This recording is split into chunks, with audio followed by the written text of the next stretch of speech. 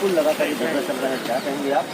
आज 8वां दिन है और क्या लगता है कि ऐसा करने से लगने की बात नहीं है। हम लोग निरंतर प्रयास कर रहे हैं और ये लड़ाई है, इस लड़ाई को हम लोग जब तक जीत नहीं जाते हैं तब तक इस बार ये ठान लिए कि अंतिम लड़ाई होगी।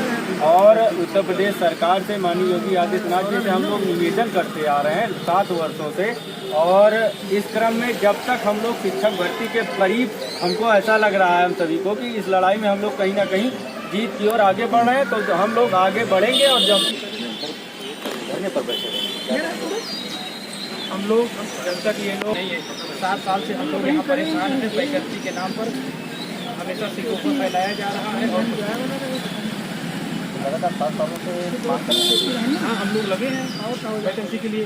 आता ही नहीं, कभी बताते हैं अब आएगा, इस साल आएगा, उस साल आएगा, चुनाव न क्या जाएगा तो वही वैकेंसी आती है।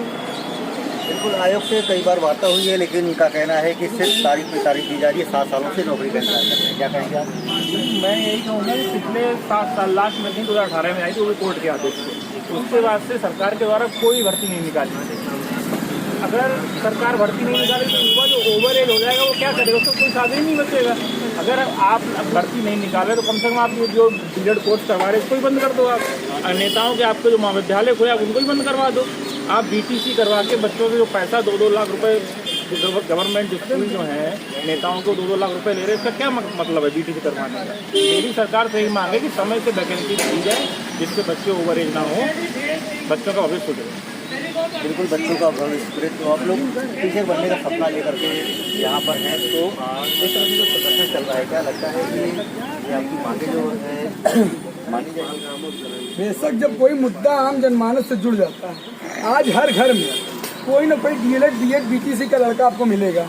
आपके घर में किसी न किसी का स्नातक के बाद वही व्यक्ति अध्यापक के लिए डीएलएड बीटीसी बीएड जरूर करता है, क्योंकि लाखों पद रिक्त हैं।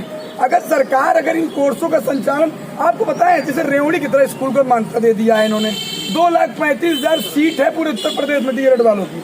आप सोचिए, रेवड़ी की तरह उन्होंने मान्यता बांट दिया है। जब व्यक्ति अपने गांव घर के बगल अगल में डीएलएड बीटीसी बीएड का कॉलेज खुलेगा तो भाई कहीं ना कहीं छात्र को लगेगा भाई देश का भविष्य अध्यापक बनने में लगाएगा। आज हर छात्र सोचता है, होने के बाद स्नातक के बाद सोचता है कि भाई चलो अध्यापक बन जाओ और देश के निर्माण में अहम भूमिका निभाओ। आज क्या हो रहा है कि पद खाली है। मैं तो यही कह रहा हूँ, मैं ये थोड़ी कह रहा हूँ सरकार अपने जेब से निकाल के भर्ती दे। अच्छा, ये आप इस भर्ती की मांग कर रहे हैं, लेकिन आपने जब पढ़ाई की होगी घर से, आपके ऐसे लोग हैं जो खेत बेच करके काम कर रहे हैं, पढ़ाई करवा रहे हैं, तमाम ऐसे लोग हैं जो मेहनत मजदूरी करके पढ़ाई करवा रहे हैं, तो किस तरह सपने भी टूटते हैं इस तरह से? जी बेशक, भाई मैं कह रहा हूँ सपना मेरा टूट रहा है कि मुझे आज रोड पे, मैं कलम पकड़ने निकला था, आज कलम पकड़ने वाले इंसान को आज उन्होंने रोड पे ले आया। एक अध्यापक की गरिमा होती है। आज अध्यापक की गरिमा के साथ खिलवाने के बाद प्रशासन की भी गाली सुनो, दबाव सुनो। रोड पे पास में गर्मी, बरसात, धूल, धक्कड़, इस रोड के किनारे में सह रहे, क्यों सह रहे कि हमारा आगे का जीवन भविष्य कल्याणमय होगा, जीवन सुखमय होगा। आज हमारे छात्र रो रहते हैं, रात रात में तो रोते हैं, सोचते हैं कि किसी तरह से हमारा भर्ती आ जाए। 7 साल से पीड़ित है। आज क्यों हर घर में आंसू निकल रहा है? क्योंकि माँ बाप जब पूछते हैं क्या हुआ, मैं जवाब ही नहीं दे पाता हूँ। मैं तो बहुत परेशान हूँ कि डीएलएड करके मैंने कैसी बड़ी गलती कर दी और मेरे 15 लाख छात्र बहुत बड़ी गलती कर दी है। आज सरकार को मैं तो कह रहा हूँ, नहीं दे सकती सरकार तो मत दे भर्ती, लेकिन आज क्या नोटिस निकाल दे कि डीएलएड कोर्स का संचालन पूरे उत्तर प्रदेश से सरकार बंद करती है। क्योंकि मैं नहीं चाहता मेरे जैसे छात्र और छात्र जमीन गिरवी रखकर कर्जा ले करके डीएलएड खरीदें। बिल्कुल, ये उन अभ्यर्थियों का गुस्सा है जिस तरह से इन्होंने इस कठिनाई से पढ़ाई की और टीचर बनने का सपना उन्होंने बना था, लेकिन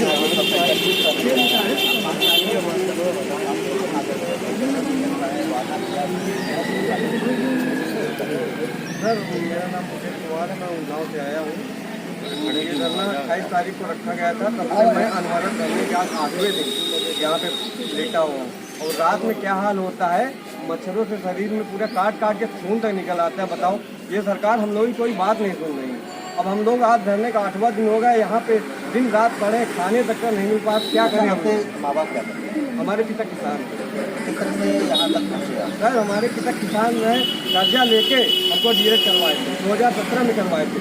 उनको ऐसा लगा था कि अभी हमारा लड़का 19-20 में कहीं टीचर बन जाएगा। हम लोग टीचर नहीं, अब यहाँ बेरोजगारी की धक्का खा रहे हैं। अगर जो हमको पहले मालूम होता हम किसी दूसरे क्षेत्र में जाते, और सरकार को भर्ती नहीं देनी थी तो डायरेक्ट कोर्स बंद करवा दी। मेरा बस यही कहना है। सर पूछिए न घर वालों का क्या हाल है, घर वालों के बाद हमारा क्या हाल है बता ही नहीं सकते आप क्या हाल है।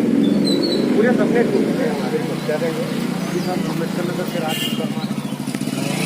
काफ़ी समय हो गया है, सीटें खाली हैं। हम सरकार को ये कहना चाहते हैं कि आपसे हम जरूरत सीटें बढ़वा के भर्ती नहीं लाना चाहते। हम ये चाहते हैं कि जो सीटें खाली हैं कम से कम उनको भरने का कार्य करिए, जो गरीब के बच्चे हों पढ़ भी पाएँ और हमारा भी भविष्य सुरक्षित हो जाए। इतने दिनों से हम हैं, सर के बाल झड़ने वाले हैं, उम्र काफ़ी हो गई है, 30+ होने वाली है। कब हम हमारा फ्यूचर कहाँ जा रहा है, हम क्या कर पाएंगे भविष्य में, इसकी चिंता है। इसलिए हम सड़कों पर उतरे हैं और सरकार से यही रिक्वेस्ट है कि जल्द से जल्द हमारी सुनवाई करें और भर्ती लेकर आए।